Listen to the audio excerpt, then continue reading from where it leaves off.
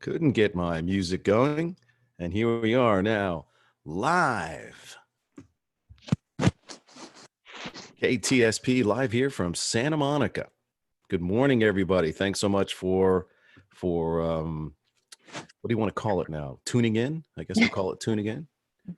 You're all unmuted now, so if you want, there's a you can mute yourself if you want. But Jennifer was asking to be able to speak to each other. Okay, this is what we're going to do today. As I mentioned, I've got a great program planned, and I wanted to first show a couple of things that caught my eye during the week. And here's the first one about innovation and entrepreneurship. It can happen in a lot of different ways. Let me share my screen. Back over here. And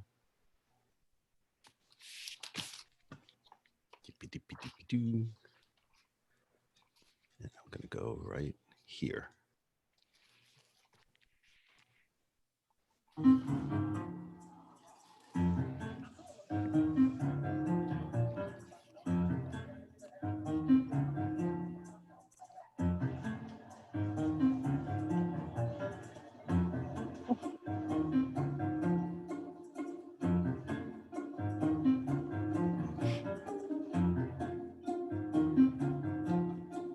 Die Idee ist uns eigentlich gekommen, weil im Supermarkt gab es natürlich kein Klopapier mehr und die Kunden haben sich im Laden darüber dann beschwert.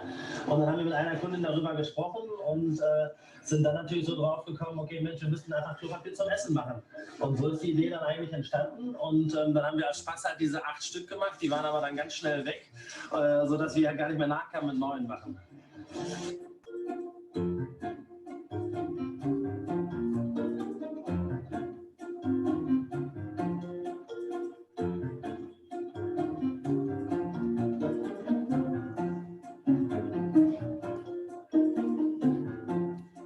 Ja, die Kunden sind total verrückt danach, die überrennen uns wirklich mit diesen und wollen alle Klopapier haben, weil wir kommen gar nicht hinterher, das alles zu backen.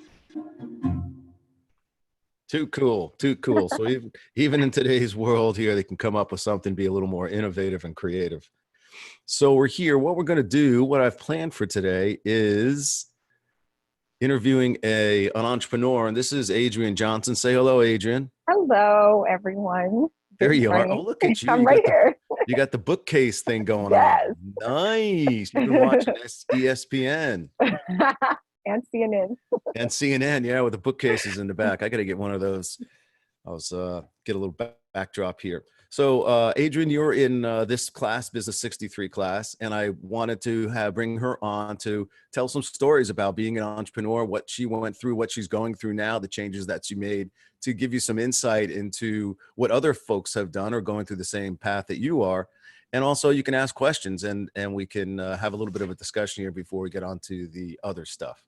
So Adriene, just like we did for the interview, the entrepreneurship, interviewing an entrepreneur, I've got the same questions here, but we can certainly riff on that, particularly if students want to understand or ask other questions on that. But let's take one of your ventures. You can explain, let's take a venture that you have going on right now and explain that to the students, to the class students, and then I can start asking questions about that one. Okay. So right now I kind of stumbled into PR.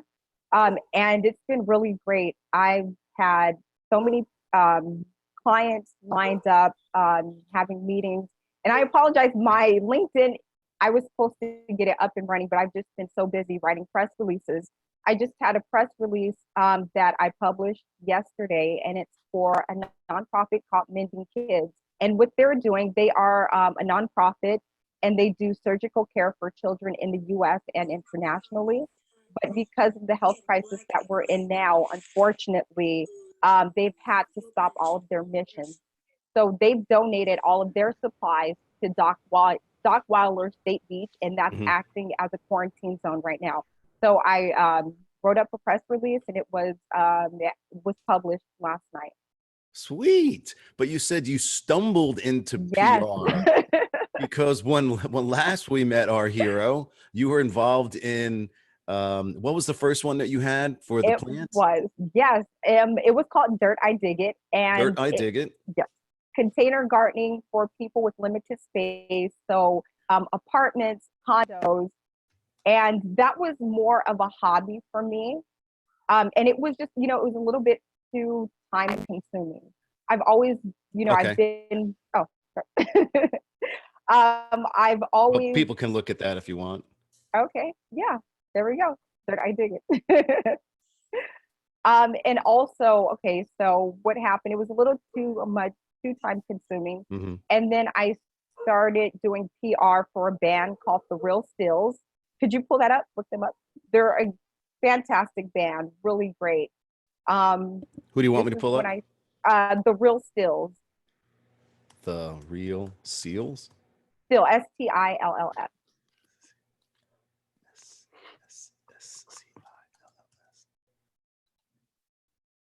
here. And oh wait, where is oh STILL. Oh, Stills, got it. And yes, there we go. Very, very talented band. There we go. So I was working, fabulous guys. You guys can check them out.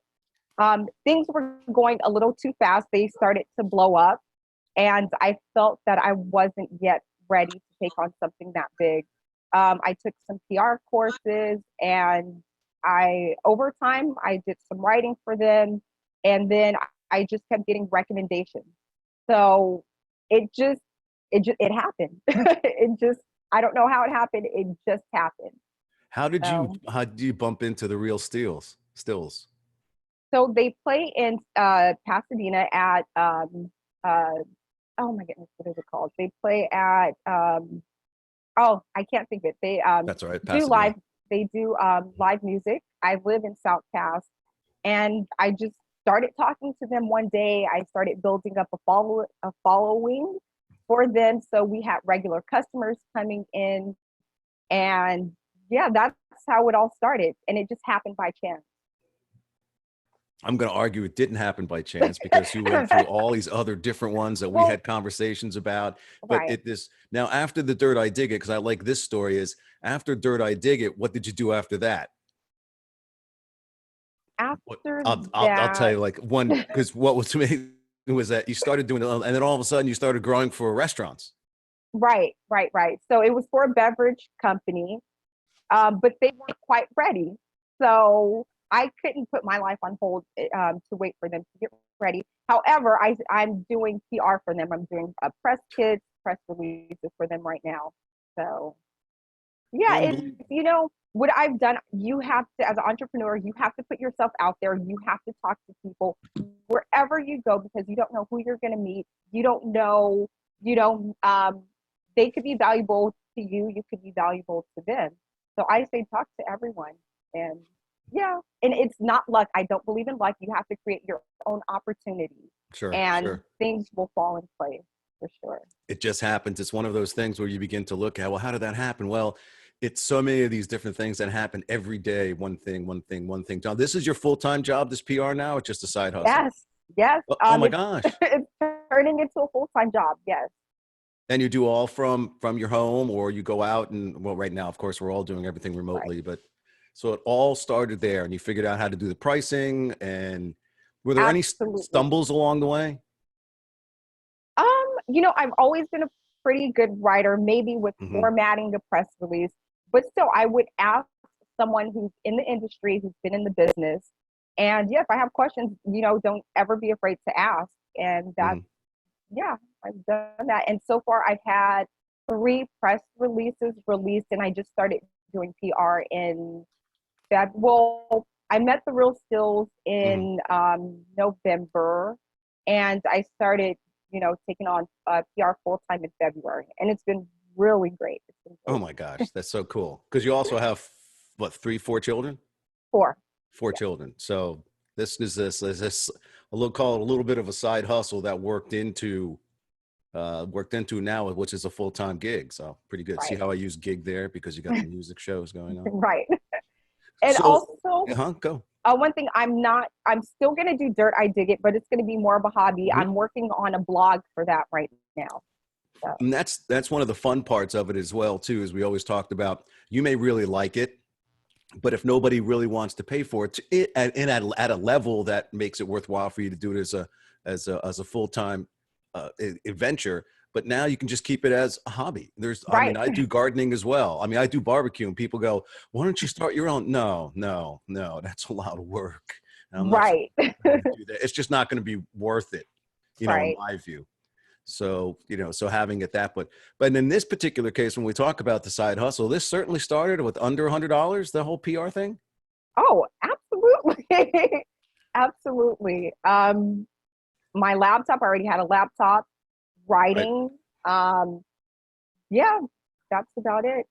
And I want to say, one thing that was challenging for me in the beginning, I wanted everything to be too perfect. And for instance, with dirt, I did it. I wanted to know everything. I wanted, you know, to get everything perfectly. It doesn't happen that way. You just have to let it flow.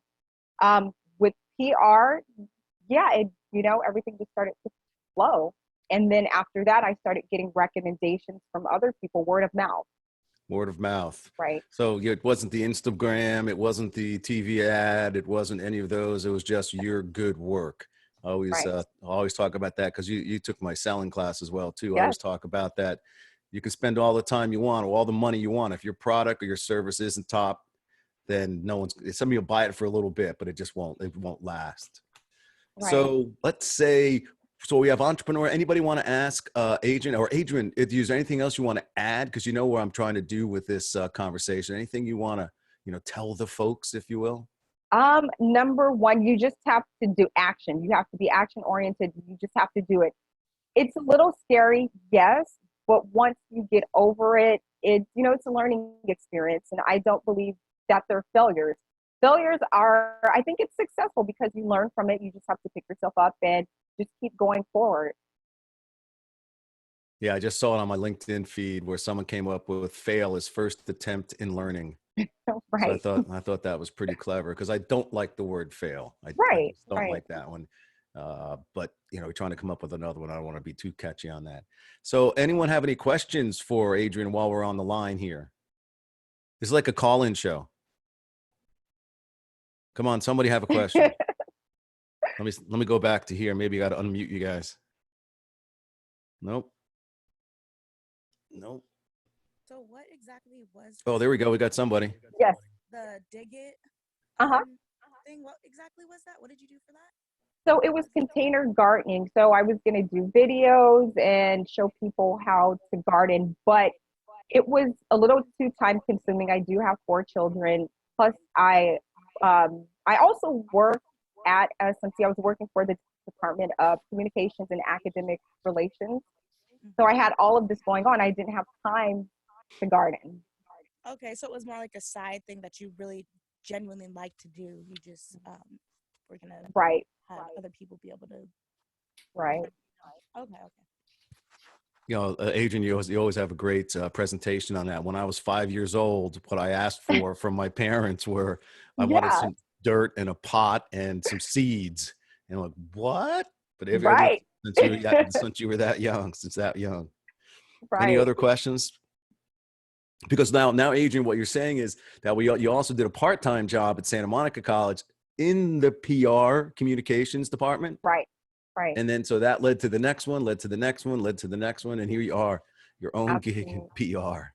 Yes. And before I even enrolled in your class, I was working in a food micro lab. I was, That's right. Working food. I have a degree in food safety, food technology. And it's, you never know, just, if you feel that you're not in maybe a profession that you don't want to do, figure out what it is. Because I was so unhappy in a lab, testing food all day. I did not like it. I was miserable. And now I'm happy. I'm really happy. That makes all the difference in the world now, doesn't it? It's too fun. It's like oftentimes you don't know what you don't like until you do it and say, you know what, I don't want to do that. So, absolutely. Yeah. Any other questions we have? Sure. Hey, Jennifer. Hey, how did you set up your pricing structure for PR for your clients? Great question. Yes. Okay. So, I was always, when I first started, I was afraid. You have to know your value, know your worth.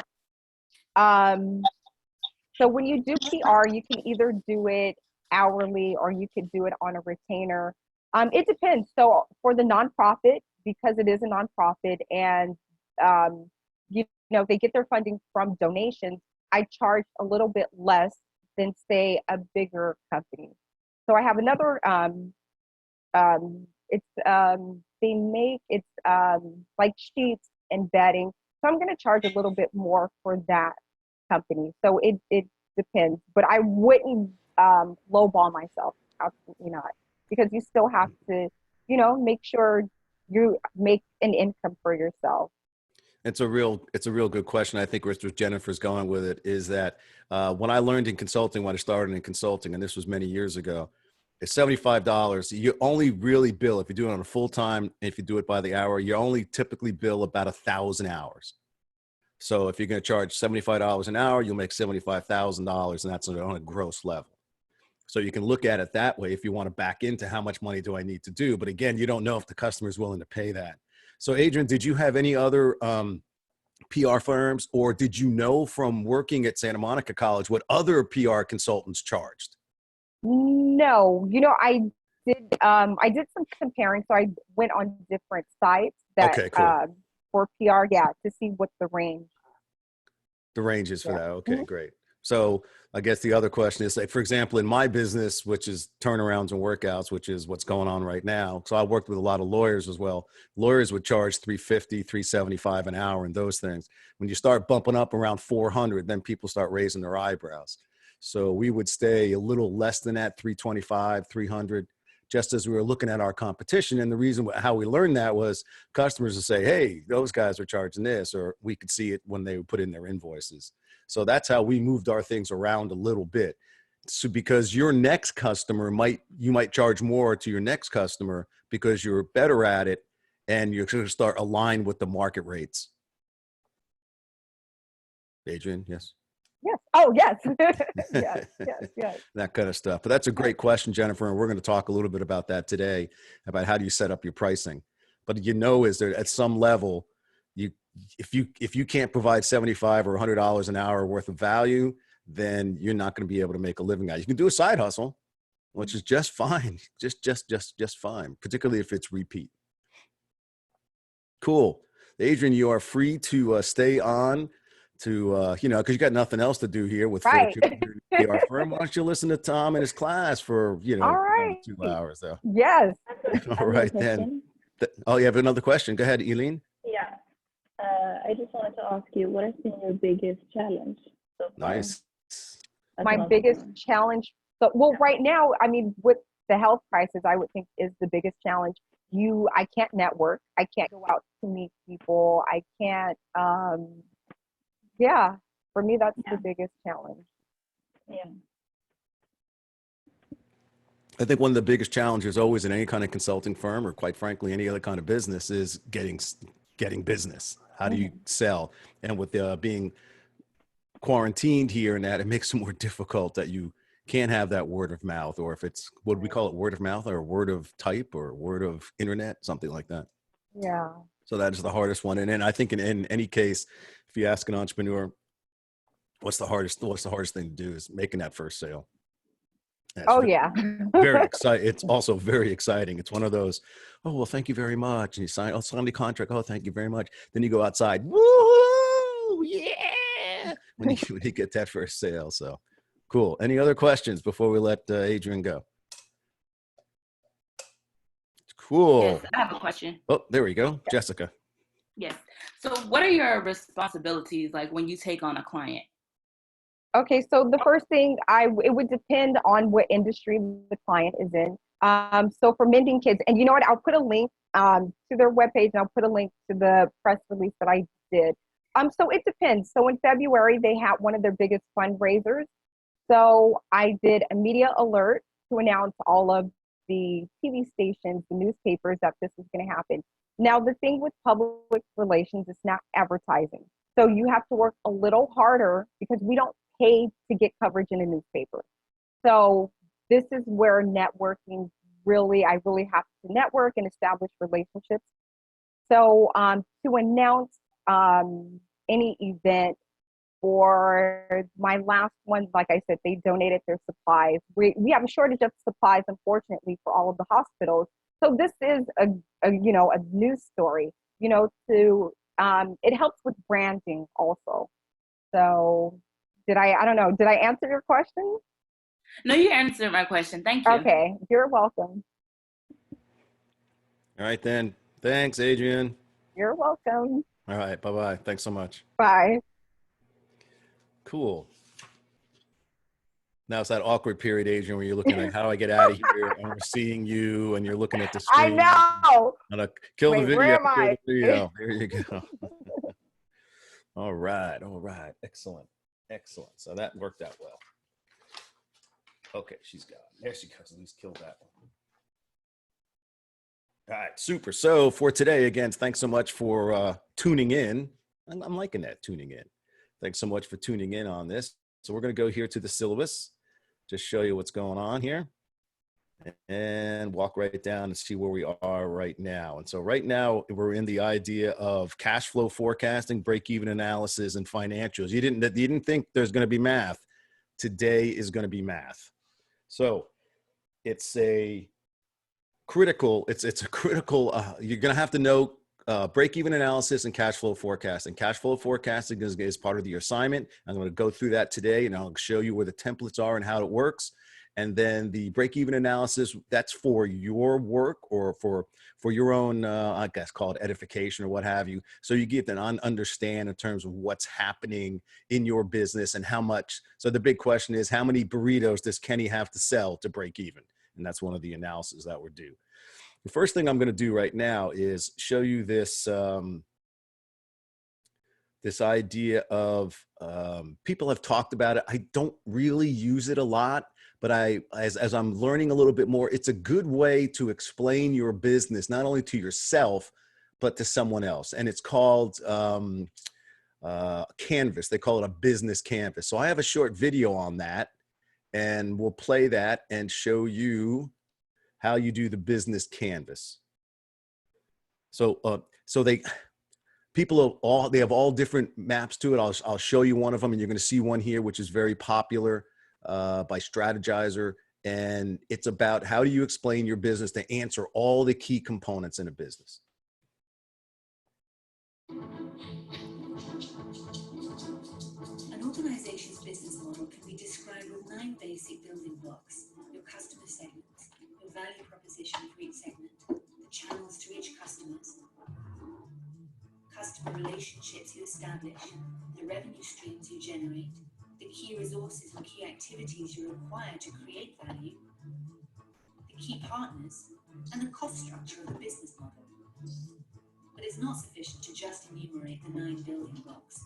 What you really want to do is to map them out on a pre-structured canvas. This is what we call the business model canvas, a tool that helps you map, discuss, design, and invent new business models. Let's briefly go through the 9 building blocks, starting with the customer segments. These are all the people or organizations for which you're creating value. This includes simple users and paying customers. For each segment, you have a specific value proposition. These are the bundles of products and services that create value for your customers. Channels describe through which touch points you're interacting with customers and delivering value.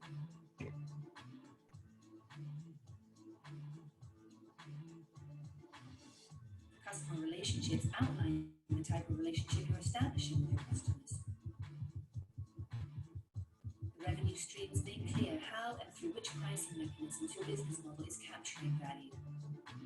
Then you need to describe the infrastructure to create, deliver, and capture value. The key resources show which assets are indispensable in your business model.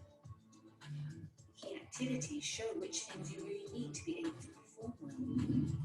Key partners show who can help you leverage your business model, since you won't own all key resources yourself, nor will you perform all key activities. Then once you understand your business model's infrastructure, you'll also have an idea of its cost structure. So with the business model canvas, you can map out your entire business model in one image. This works for startup entrepreneurs just as well as for the most senior executives. Cool, cool. So this is, if you go back over here, if we go into. So one of the interesting things about thinking about a startup. Oh, Jesus, I thought that was like somebody else coming on here. And what we have. I thought it was on a class. Let's go here in terms of the modules. We'll go down here. Today's 28. So if your business model canvas, if you click on this, that'll send you to the exact same, that's the exact same a video on that. The more I look at that, the more I might incorporate that a little bit more into class. I think it gets away from the, at some level, it gets away from the $100 startup, which is just start, just go, create action. And it might be too much of the planning aspect of it, but I'm going to give that some thought going forward. But I wanted to make sure that you were aware of that.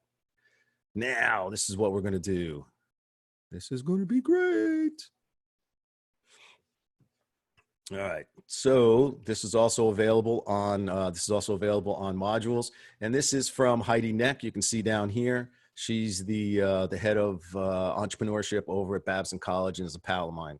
So what we want to do here is talk about creating revenue models, meaning how are we going to monetize this particular revenue model. So then we're going to start to get into the finances here. And so some of the people that aren't financial or don't have that experience, it's only about the experience. I'm just going to go through these things to give you some ideas. I see myself writing on the board like I typically would do, but now I'll just have to explain it. So we're looking at revenue. Revenue. People call it revenue and they call it sales. In Europe, they'll call it turnover. That's the same thing. It's sales. How much is your gross? Meaning, how much did you sell today? How many burritos did you sell? That's just the top line number. So they'll call it top line, they'll call it income, they won't call it income, they'll call it revenue, and they'll call it sales. Now, see, it says revenue is the income gained from sales of goods and services. That's not accurate. That's not correct. Income comes in after your expenses. But let's just talk about income. Let's talk about sales rather than the sales that are coming in. So in a revenue model, there's a bunch of different ways that you can actually monetize your services or your product. So these are the questions that you'll ask in terms of, and one of the ways you do that is you can ask a customer what they want to pay. I use the example of my barbecue. Oh, Tom, this is great barbecue. You really love it. I said, oh, would you pay $25 or $30 for a sample plate? Well, no, look, dirt, those things. So that's good that they said no, but even if they said yes, it's not what people say, it's what people do. So by going out and asking people, would you, is different than buy this. So I always go to the way you can prove it, what the value is if people are willing to pay for it, and meaning pay for it. Let's go through the rest of the revenue models. There are going to be 10 of these. And the first one is this used to be called the Schick theory, is I give away the blade. I give away the handle and I charge you for the blades. But here are the 10 revenue models. I'm going to keep these up on the screen. So we have unit sales. Unit sales typically talks about a product. So how many units, how many burritos did you sell? So you sell a burrito, you make $8. That's how I go about getting revenue. Advertising. There's advertising. You look at, it's been going on since the beginning of time, TV advertising, etc. So you get paid because you can advertise on your channel or you're advertising for somebody else, whether it's a logo on your shirt or something like that. See, 310 Barbecue pays me big money to show this. Big money. Can you see the 310 Barbecue? That's my firm. Data, amount of revenue generated by selling data. So you get this information in, you turn around and sell it. Intermediation. This is revenue generated by third parties. So for example, Amazon generates revenue for people that sell it. Licensing, we all know about plush toys. Where's my plush toy? Here's my little plush toy here. So everybody knows about the plush toys, but if they're Disney and those things, you have to pay a license in order to make the plush toy. Franchising, we know about franchising, Subways and that. Subscription, this is a annual subscription or a monthly subscription. Software is starting to do that now. Professional, this is by the hour. Just as Adriene does it, it'll be professional. It's typically by the hour, or it could be fixed price. If you look in the $100 startup, there's a gentleman that's a CFO, and he enjoys taking everyone's points and going through the process or the challenge of, you give me your points from all your different credit cards and what they call them, affinity programs. You tell me where you want to go and when, and I'll put it together for you. He does that as a flat fee, $250. Sometimes it takes him 5 minutes to do it. Sometimes it takes him 3 days. So that's the fixed cost aspect of it. Utility and usage, it depends on how much you eat, how often the goods or services are used, and then a freemium. A freemium, you see it all the time with software companies. So software companies will say, I'll give you this for free, but if you want to get the basic package, it's going to cost you $19 a month. If you want the premium package, and they have all different features kind of going on there. So I want to do a breakout room, and I'll keep these on, I'm going to do is I'll type these types. I'll keep this on the screen and also type it in chat. To the exercise is going to be, I'm going to put you in breakout groups. There's probably going to be 3 of them to say, I want you to discuss and identify a company that uses this particular revenue model. All right. All right. Here we go. I keep doing that, don't I?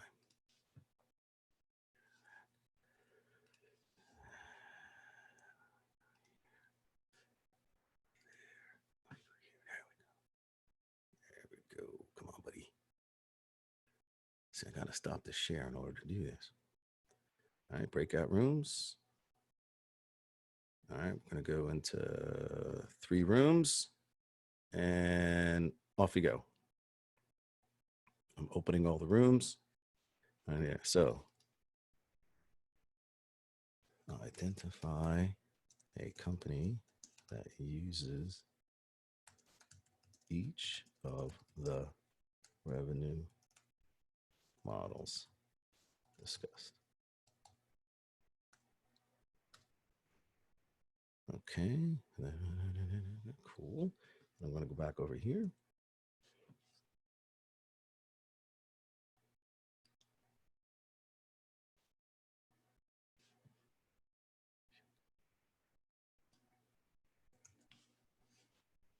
Back over here.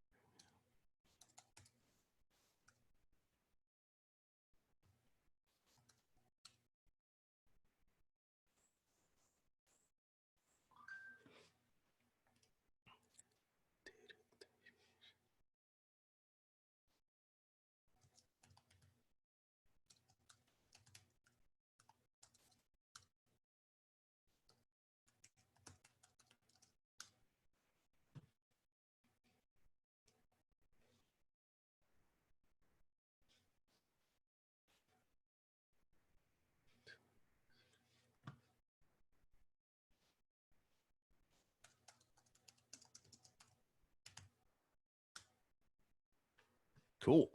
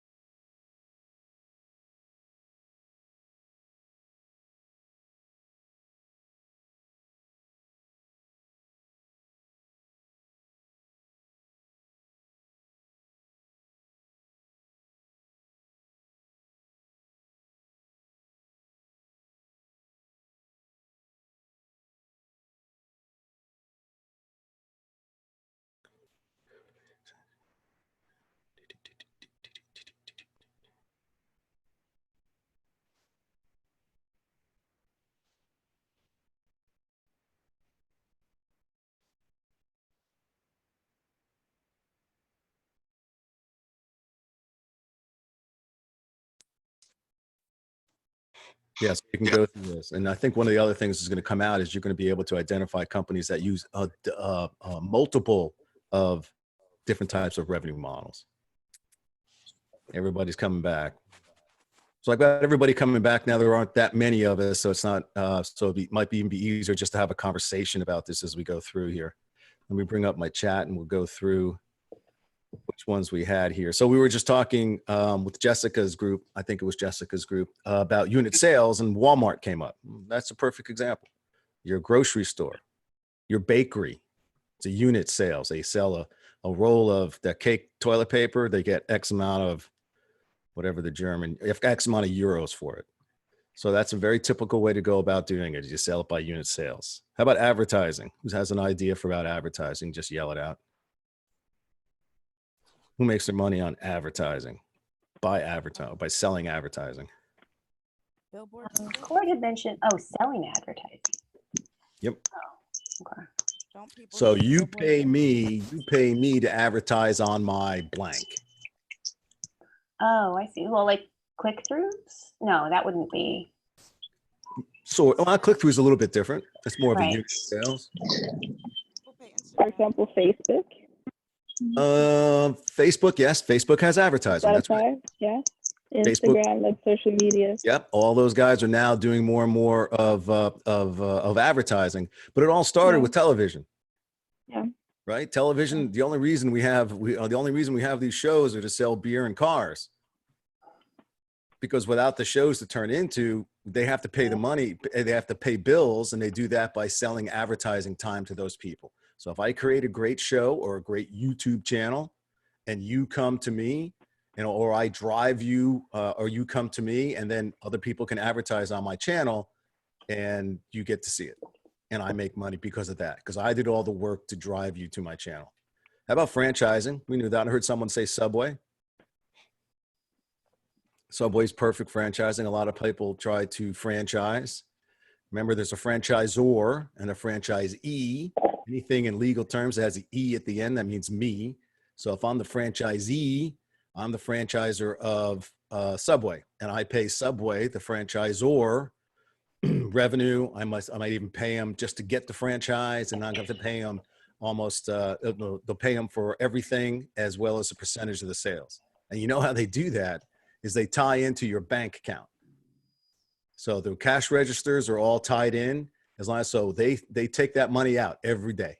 Taco Bell, I did a business that had about 6-7 Taco Bells. Every day they took the money out. So they knew exactly how many burgers you sold because you had to do it through the system, and then they automatically took their cut. That's how they make the money. How about freemium? I said YouTube because you get the basic service, but then you have to pay for the perks. Yep, exactly. That's the whole thing that brings you in. And a lot of us, like, for example, let's take a look at Zoom here. Zoom, you only can have, you get the basic, which is free. It's 40 people for 40 minutes. If you want to do longer, then you got to pay for it. That's the exact same thing. So it's a try before you buy type of thing. Drug dealers have been doing that for a long time. Right? The freemium. How about professional? Would H&R Block be one? Yeah, you could do it. You could do it that way. H&R Block. Yep. Professional services. Just Adriene's professional services. And in the vernacular of business, when you say the professionals, you're talking about lawyers, accountants, and consultants. Accountants. Oh, I see. Okay. Yeah, so they're called professionals. A massage therapist? Sure. There you go. Same thing. Professional. She's selling by the hour, or he's selling by the hour. So like any personal trainer. Yep. Typically those people that are selling their time by the hour. Or by a period of time. It could be a half hour, it could be an hour, it could be a day. Sometimes we had a daily rate. Look, I'm charging you $2,000 a day. Doesn't matter how many hours I do. But that's the professional services. Then we have data, which is a very controversial one. I think somebody was talking about Facebook. These people are selling data. That dog, by the way, is mine.